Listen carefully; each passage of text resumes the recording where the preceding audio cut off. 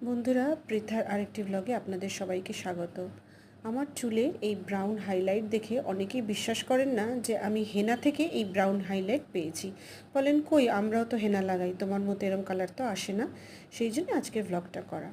আপনারা যখনই চুলে হেনা লাগাবেন চেষ্টা করবেন একটু ভালো ব্র্যান্ডের হেনা নিতে, তাহলে ফলটা ভালো পাবেন। আমি এই ক্ষেত্রে শেহনাজের হেনা ব্যবহার করছি।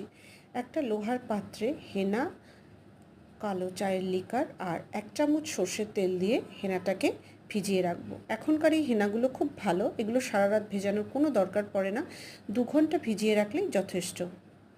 আমি এটা 2 ঘন্টা মতো ভিজিয়েই চুলের মধ্যে অ্যাপ্লাই করব। আপনারা চাইলে সারা রাতও ভিজিয়ে রাখতে পারেন। আর যারা চুলের গোড়ায় অল্প হয়তো পেকে গেছে কিন্তু চুলে কলপ লাগাতে চান না, অথচ চুলটা কালো চান, তারা সেই ক্ষেত্রে হেনার সঙ্গে সমপরিমাণে ইন্ডিগো পাউডার মিশিয়ে নেবেন, তাহলেই হবে। তবে ইন্ডিগো পাউডার কিন্তু কখনোই মিশিয়ে অনেকক্ষণ রেখে দেবেন না।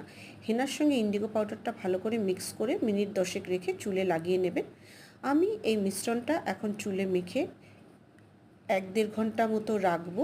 একটা শাওয়ার ক্যাপ পরে নেব, তারপরে চুলটাকে ধুয়ে ফেলবো। শ্যাম্পু কালকে করব, কারণ চুলে হেনা বা ইন্ডিগোর কালার ধরতে মিনিমাম 12 ঘন্টা সময় লাগে।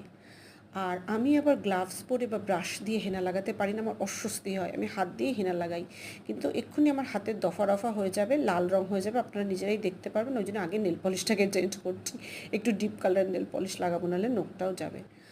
আর আরেকটা কথা বন্ধুরা, টক দই বা ডিম হেনার সঙ্গে তখনই মেশাবেন যখন আপনারা চুলের কন্ডিশনিং করবেন। কালার করার সময় কিন্তু কিছু দেবেন না।